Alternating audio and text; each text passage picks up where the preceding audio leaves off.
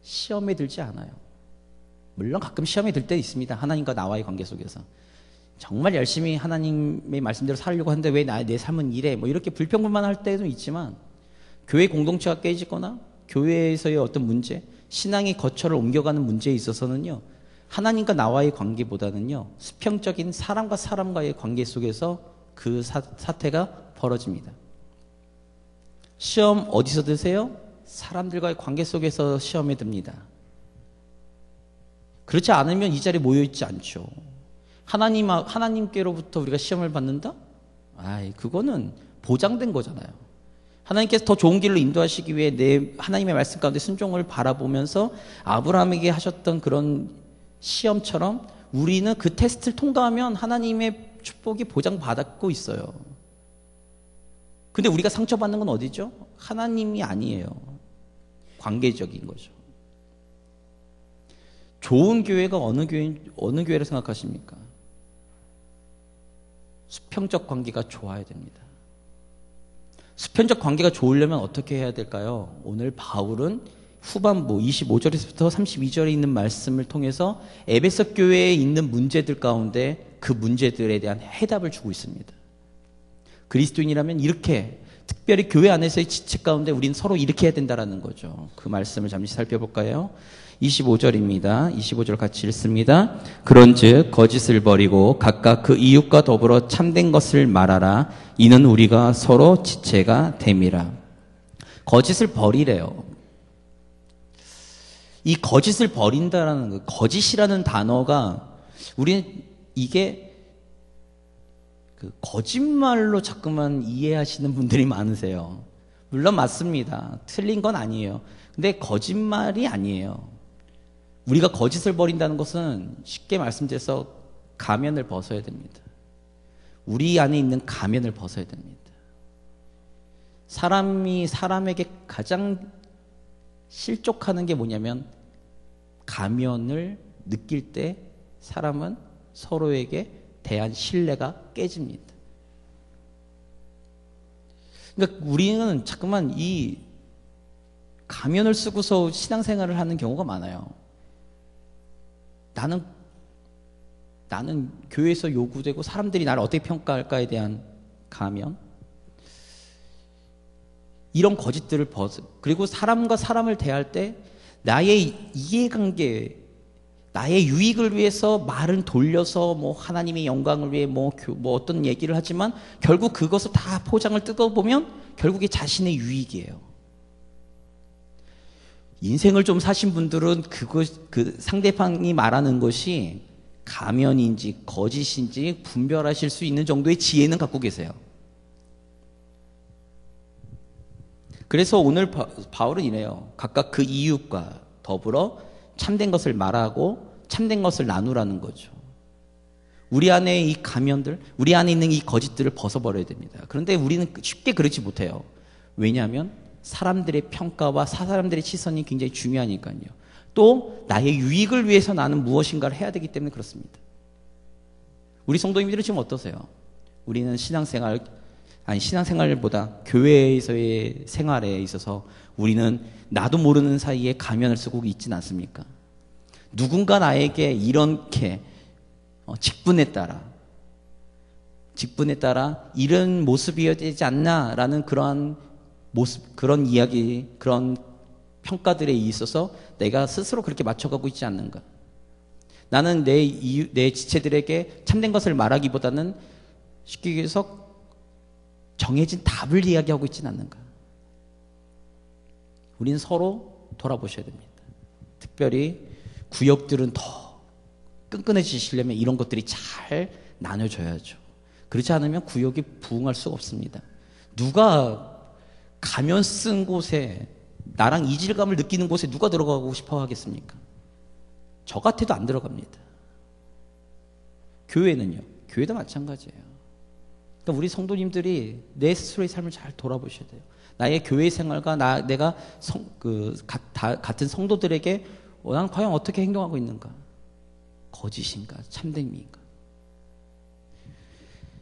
26절입니다. 같이 읽겠습니다. 분을 내어도 죄를 짓지 말며 해가 지도록 분을 품지 말고. 사람이요, 화 안 나는 사람이 없잖아요. 화가 납니다. 화가 나죠. 그리고 관계가 틀어질 때도 있습니다. 너희가 아예 분을 내지 말아라라고 바울이 이야기하는 게 아니잖아요. 분이 날 수도 있어요. 왜냐하면 예수님도 거룩한 분노를 표출하셨거든요. 그런데 그것을 통해서 죄를 짓느냐 안 짓느냐가 문제예요. 죄를 짓느냐 안 짓느냐가 문제인 거죠. 내가 분이 났어요. 그 분을 내가 무조건 쏟아내버리면 관계 속에서는 도저히 해결이 안 됩니다. 그러니까 관계 속에서, 사람과 사람 속에서 이 말 때문에 상처받는 게 많잖아요. 그리고 이 분이라는 것이, 죄를 만들어내는 것은 내가 내 분을 못 이겨서 요즘 사회적으로 많은 문제가 되는 무슨 우발적 살해, 우발적 살인, 우발적 폭행 이런 것들이 있잖아요. 그렇기 때문에 이것이 죄를 짓지 말아야 되는 것을, 그러니까 죄로서 이게 발전되는 것을 우리는 경계해야 됩니다. 왜 그러냐면 우리의 그 감정적인 것을 통해서 누가 역사하냐면 27절에 마귀가 역사합니다. 이 마귀가 역사하는 게 관계 속에서 마귀가 역사해요. 그러니까 우리는 분별력을 갖고 있어야 됩니다. 이것이 내가 어디까지가 내가 지금 화가 난 거고 어디까지가 넘어가지 말아야 될지. 근데 사람이 화가 나면 막 예전 일들까지 다 끄집어오죠. 섭섭해요. 이건 당연한 겁니다. 심리학에서 보면 그것을 이제 분화 수준이라고 그러는데, 분화 수준이 낮은 사람은 이것이 내가 어디서 화가 났고 어디까지 내가 이 분과 이 화에 대한 이야기를 해야 될지를 모르는 사람. 분화 수준이 높은 사람은 딱 그 일에 관련해서 자신의 감정이 컨트롤되는 사람을 이야기한다고 합니다.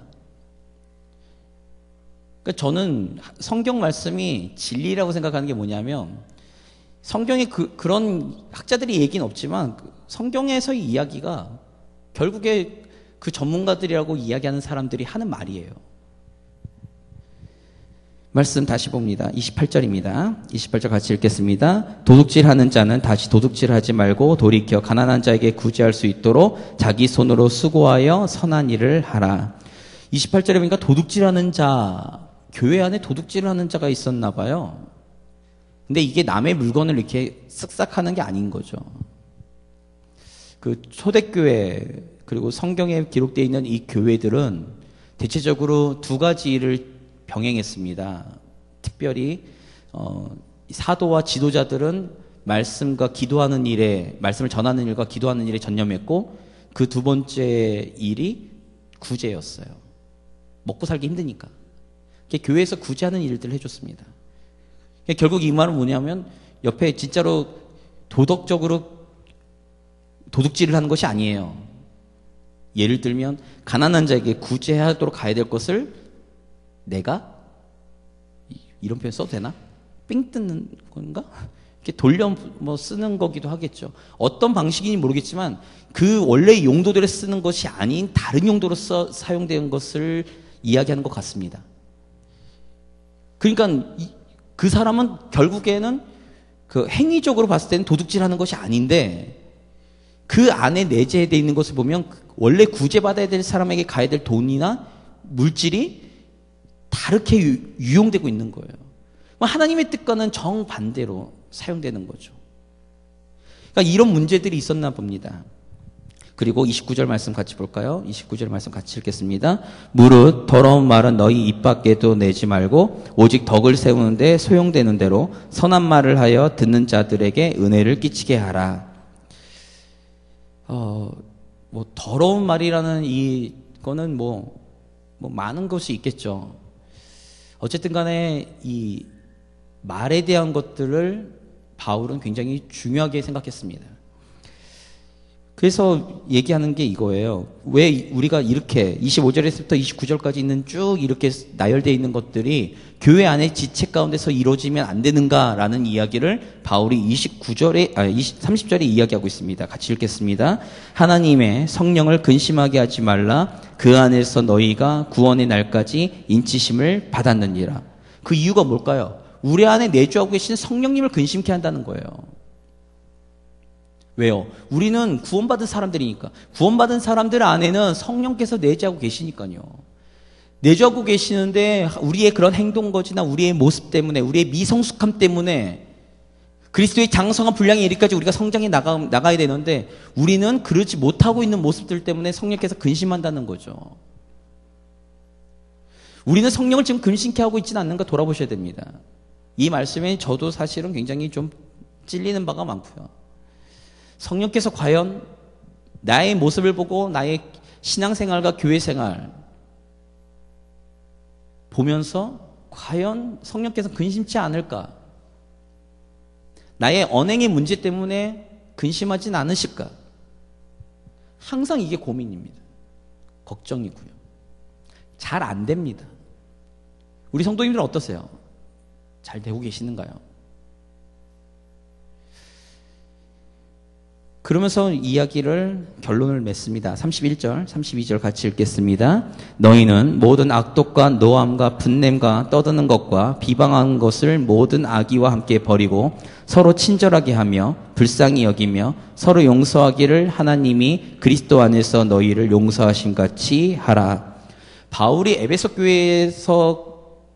교회를 보면서 가장 큰 문제로 봤던 것이 여기 있습니다. 뭐냐면 서로 치고받고 싸우는 다툼과 분쟁 가운데 있는 거죠. 분쟁과 이 다툼은요, 그리 어렵지 않습니다. 어떻게 하면 되냐면요, 그냥 내 방식대로 생각하면 돼요. 내 주장질을 하면 돼요. 그러면요, 다툼은 아주 쉽습니다. 그런데 32절에 있는 것처럼 서로 친절하게 하고 불쌍히 여기고 서로 용서해라. 이 얘기는 뭐냐 하면 하나님이 우리를 향하신, 우리를 구원하실 때의 하나님의 첫 은혜가 그렇다는 거예요. 하나님의 첫사랑이 그렇다는 거죠. 우리가 그것에 대해서 빚진 자라면 우리는 그것을 행해야 된다는 거죠. 예수님께서 우리를 용서하시고 하나님께서 우리를 구원시키시기 위해 행하셨던 모든 긍휼과 용서하심에 관련돼서 우리도 그렇게 해야 된다는 것입니다. 예수님께서도 우리에게 기도를 가르치실 때 그렇게 조건부를 드셨어요. 우리가 좀 이따 하겠지만 우리가 형제를 용서한 것 같이 우리를 용서해 달라고요. 우리 성도님들, 우리가 왜 이렇게 해야 되는 줄 그러니까 우리가 왜 다툼과 우리가 분쟁과 우리가 서로의 이런 갈등 구조 속에서 벗어나는 방법이 무엇일까 했을 때 그 방법은 아까 우리가 읽었던 15절에 있는 말씀처럼요, 그리스도가 우리의 머리시기 때문에 그렇습니다. 우리는 그거의 지체고요.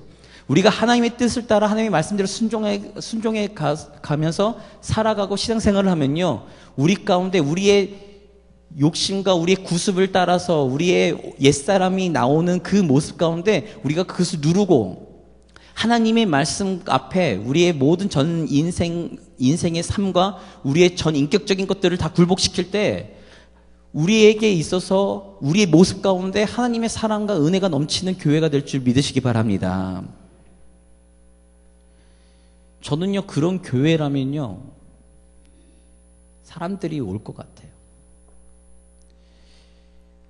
그 교회 안에 하나님의 사랑이, 우리를 향하신 하나님의 그 희생과 사랑이 교회 안에서 보여진다면요, 우리 교회는요, 부흥할 수밖에 없다고 생각합니다. 왜요? 우리 교회를 통해, 우리 성도들의 모습을 통해 하나님의 사랑을 경험할 수 있거든요. 하나님이 우리를 향하신 희생을 경험할 수 있거든요. 그래서 이렇잖아요. 남자는 군대를 가면 철이 들고 여자들은 애를 낳으면 철이 든다고요. 자식을 키우면 키울수록 부모님들이 이해가 됩니다. 자녀가 속을 새기면 새길수록 그 모습 가운데서 부모님을 향한 나의 모습을 발견하죠. 마찬가지입니다. 그것을 느낄 때 우리는 좀 더 성숙한 사람이 된 것처럼, 성숙한 사람이 되면 그것이 이해가 되고 그렇게 행동하는 것처럼 오늘 시간 우리가 그 가운데서 우리의 모습 가운데 하나님의 사랑과 하나님의 긍휼과 하나님의 그 마음으로 우리가 서로를 향하고 서로에게 베풀고 서로에게 우리가 행동한다면 그곳에 하나님의 사랑이, 하나님의 놀라신 은혜가 넘쳐나리라 생각합니다. 저는 우리 일신교회가 그런 교회가 됐으면 좋겠어요. 우리 교회 안에 있는 모든 기관들이 그런 기관들이 되었으면 좋겠습니다. 우리 교회 안에서 정말로 상처받고 힘들고 정말로 그런 사람들이 아무리 불신자라고 해도 우리 교회에 왔을 때 진짜로 우리 성도들과 우리 교회의 모습을 통해 하나님의 사랑을 직간접적으로 경험하는 그런 놀라운 교회가 되기를 주님의 이름으로 기도합니다. 그러기 위해서는 어떻게 해야 될까요? 마지막으로 제가 말씀드리면 우리는 전 인격적인 것을 주님의 말씀과 주님의 뜻에 순복해야 됩니다. 힘들죠. 그것을 신학적인 용어로 성화라고 합니다. 우리를 거룩한 하나님의 백성답게 조금씩 만들어 가는 거죠. 이것은요, ing입니다. 완성될 수 없습니다. 언제까지요? 주님 다시 오실 그날까지는 완성되지 않고 완성되어져 가는 것입니다. 우리가 그리스도인이라면, 우리가 정말로 하나님의 참된 자녀가 되었다면 우리는 한 걸음 한 걸음 그리스도를 닮아가는 삶이 되어야 될 줄 믿으시기 바랍니다. 그러기 위해서는 성령께서 역사하셔야죠. 성령님을 붙들어야죠. 하나님의 능력을 구해야죠. 오늘 시간 우리가 잠시 말씀 붙들고 기도할 때 우리는 그렇게 살 수 없지만 하나님의 말씀과 뜻을 따라 살 수 있는 교회와 성도가 되게 해달라고, 하나님의 사랑이 넘치는 교회가 되게 해달라고, 나의 욕심을 버리고 오늘 시간 하나님의 몸된 교회를 위해서 오늘 시간 우리가 함께 하나님의 말씀을 붙들고 살아가는 교회와 성도가 되게 해달라고 주님의 한번 부르고 기도하며 나가겠습니다.